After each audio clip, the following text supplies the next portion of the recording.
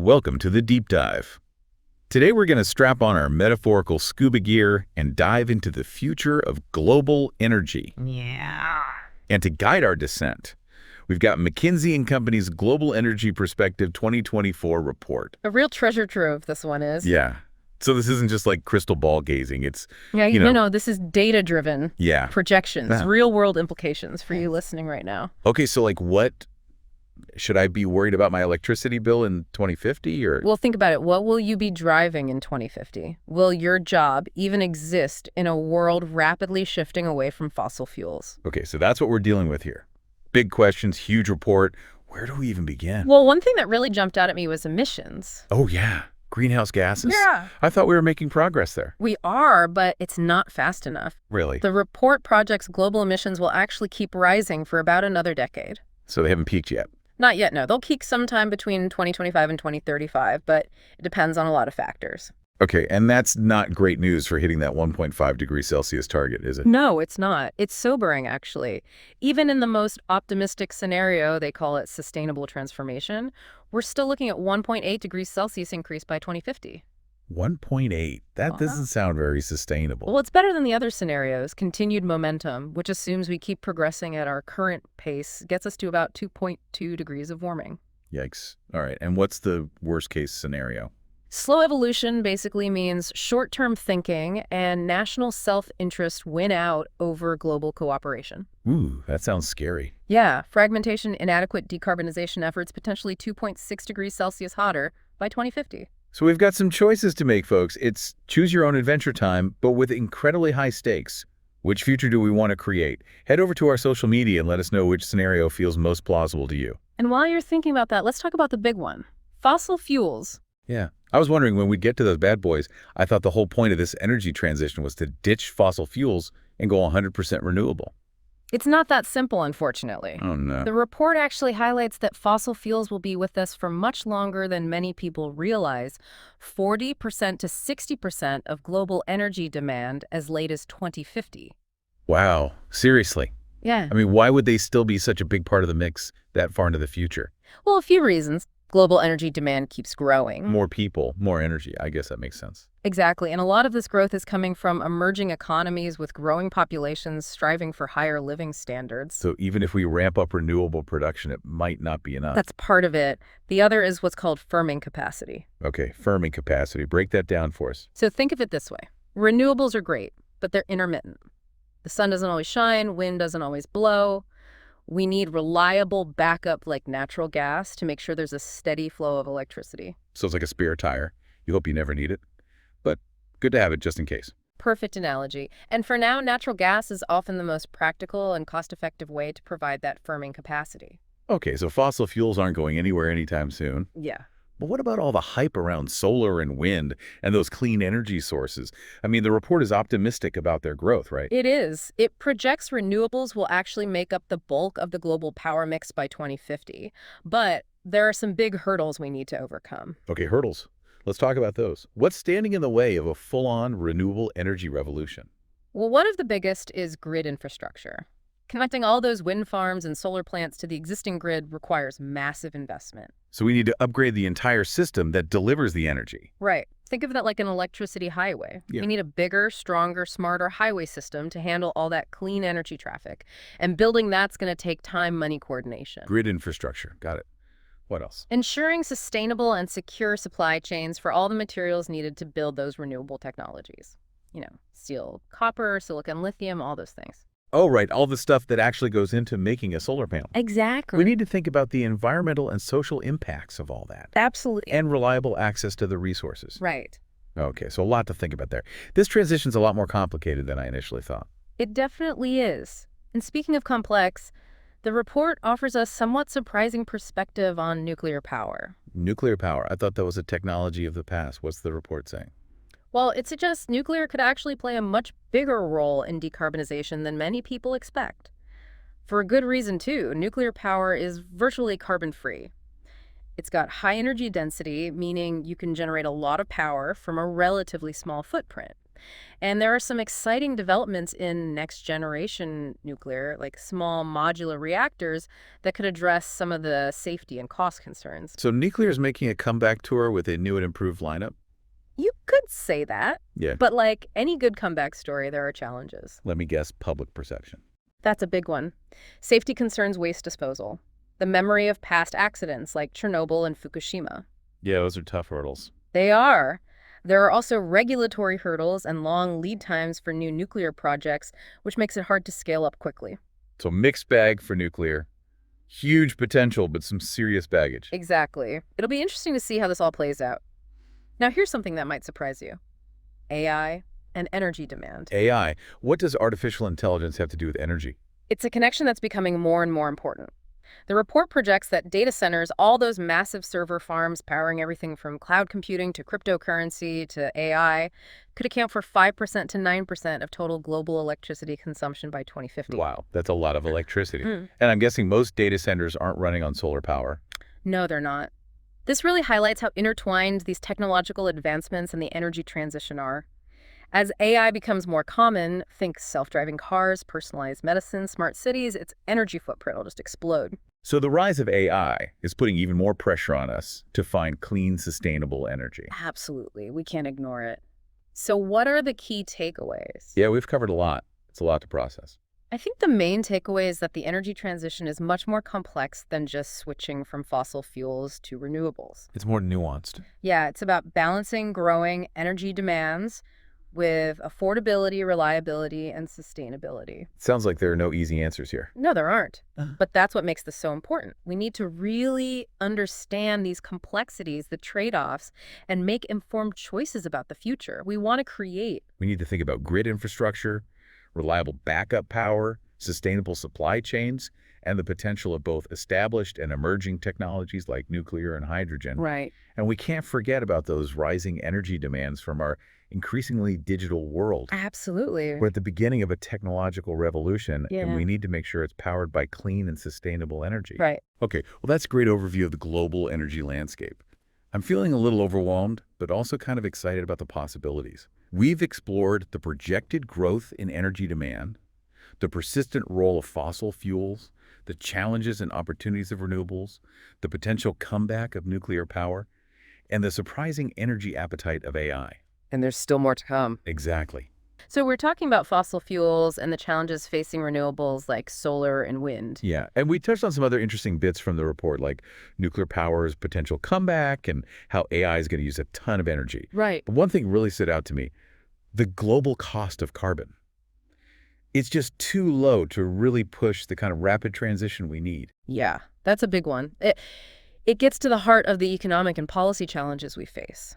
The report says that the mechanisms we have for a global carbon market, things like carbon taxes and cap and trade, they're just not effective enough. So the price of carbon isn't high enough to really make people switch away from fossil fuels. That's right. It's not creating a strong enough financial incentive to get people to adopt those low-carbon technologies, especially in industries where those technologies are still pricier than using fossil fuels. It's like we're trying to steer a giant ship with a tiny rudder. I like that analogy. Yeah.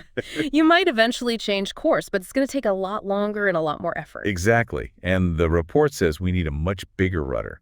It estimates that a carbon price somewhere between $150 for every $50 and $225 per ton of CO2. That's what we need to really speed up the transition. Yeah. Wow. That's a huge jump from where we are now. What would that kind of price hike mean for everyday people? Would we see higher prices for gas and electricity? Well, yeah, probably in the short term. Things would likely get more expensive. Wow. Everything from gas to electricity to all sorts of products.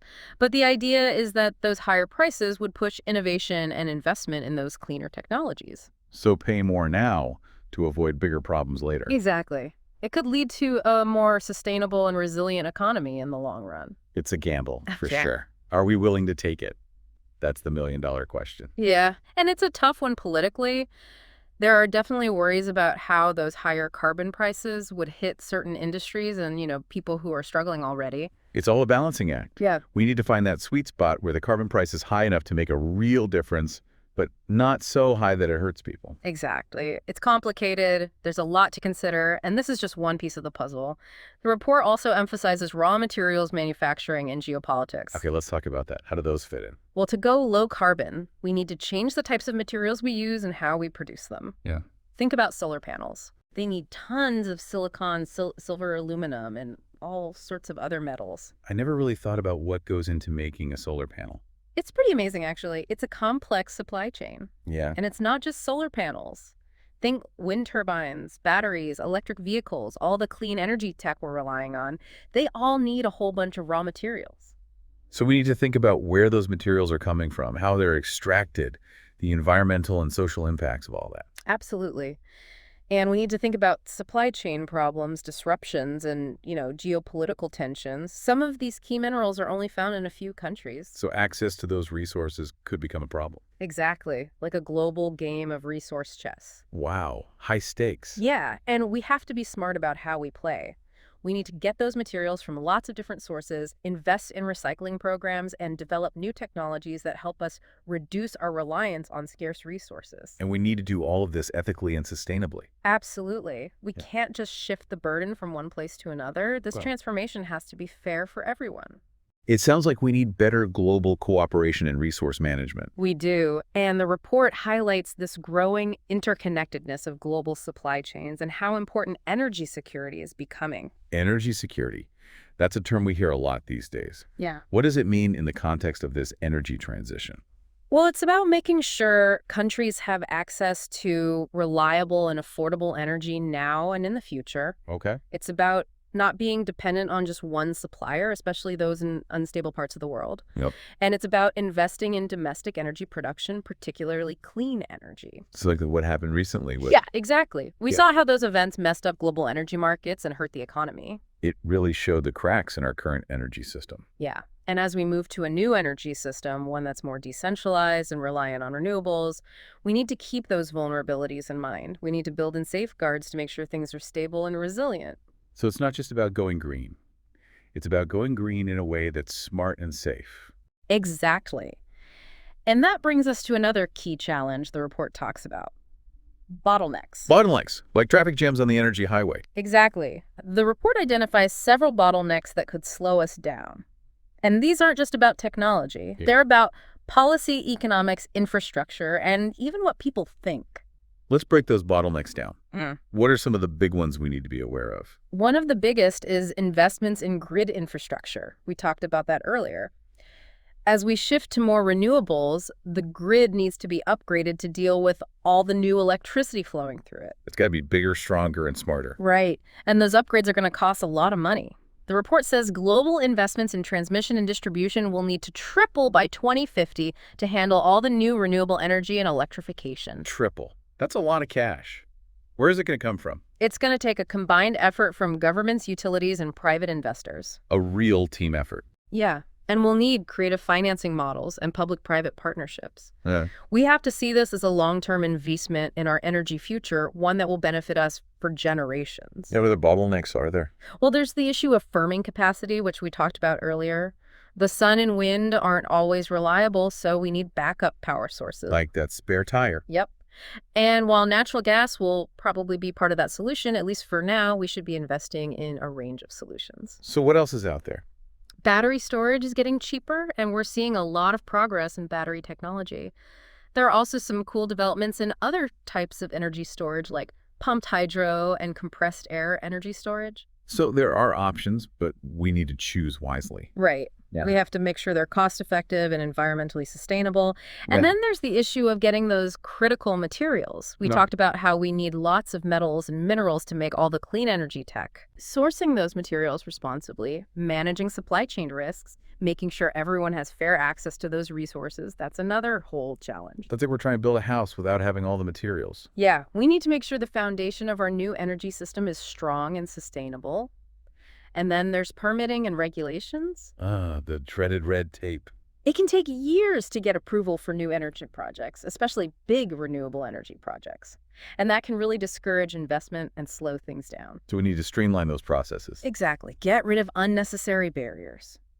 and create a more predictable system so investors feel confident. Give the clean energy industry room to grow. Right. And finally, we can't forget about public acceptance.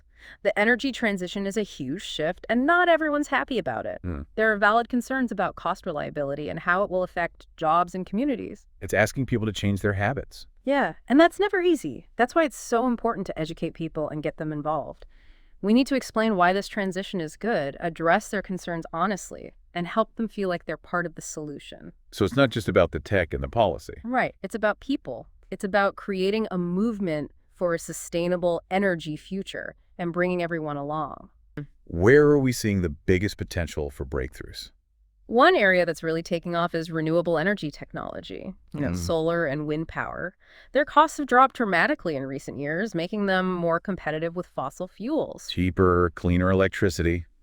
That's always a win. Exactly. And the tech keeps getting better, too. More efficient, more powerful. Right. And it's not just about the cost. It's about the technology getting smarter, too. Absolutely. Things like smart grids, better energy storage, and improved grid integration are helping to solve that problem of intermittency. Solar and wind are becoming more reliable. So we're figuring out how to harness the wind and sun, even when they're being a bit temperamental. Exactly. And next generation energy storage is another game changer. Those firming capacity issues we talked about? Yeah. Batteries are a big part of the solution. I've heard about some pretty crazy battery tech being developed. What's going on in the labs? It's really exciting.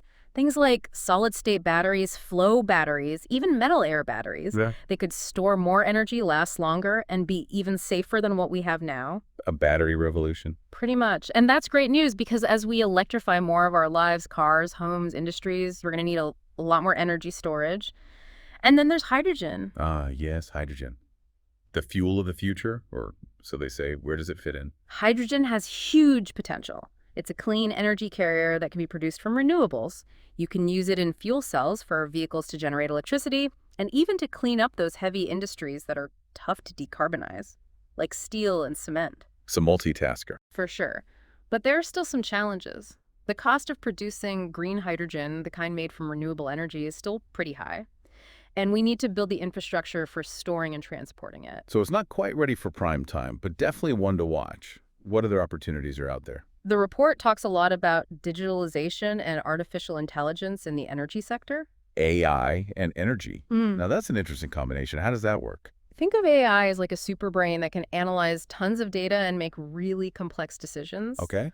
We can use this AI to optimize energy consumption, make the grid smarter, and even develop new energy technologies faster. It's like having an army of energy experts working 24/7 to make our system better. Exactly. AI can predict energy demand, balance electricity supply and demand in real time, and even spot and prevent grid failures. Wow. It can even help us design more efficient solar panels, develop better batteries, and optimize hydrogen production. AI, the energy superhero. You could say that. But like we've seen, technology alone isn't enough. We need the right policies and regulations in place too. Right.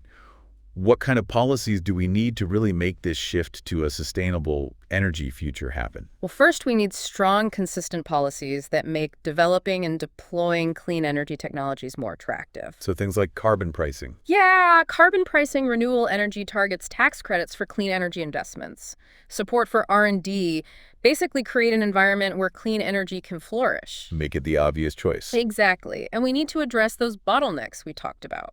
Streamline permitting processes, invest in the grid support, sustainable supply chains.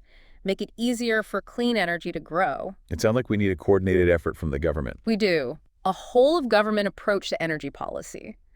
And beyond specific policies, we also need a more holistic view of energy planning and regulation. We have to look at the whole energy system, production to consumption, and design policies that promote efficiency, reduce waste, and ensure energy security. Systems thinking, right? Exactly. And this might be the most important part. We can't forget that the energy transition is about people. It's about us. Yeah. People make the choices, adopt the technologies, and shape the future. We need to get communities involved, educate consumers, make sure this transition is fair and benefits everyone. We can't leave anyone behind. Exactly. We need to work together to create a sustainable energy future, one that's powered by hope, innovation, and a commitment to a better world. This deep dive into the global energy perspective, 2024 has been quite a journey. Yes. We've uncovered the challenges, the complexities, and the incredible opportunities that lie ahead. And the solutions. Yes, the solutions. Thank you so much for helping us navigate this intricate landscape. It's been a pleasure. It's been my pleasure.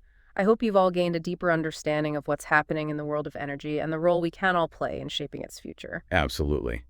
And if you're eager to learn more, be sure to check out the full Global Energy Perspective 2024 report. We'll have a link in the show notes. And as always, we want to hear from you. What resonated with you? What questions do you still have? Head over to social media and use the hashtag the deep dive, or visit our website and leave us a message. Until next time, keep exploring, keep learning, and keep diving deep.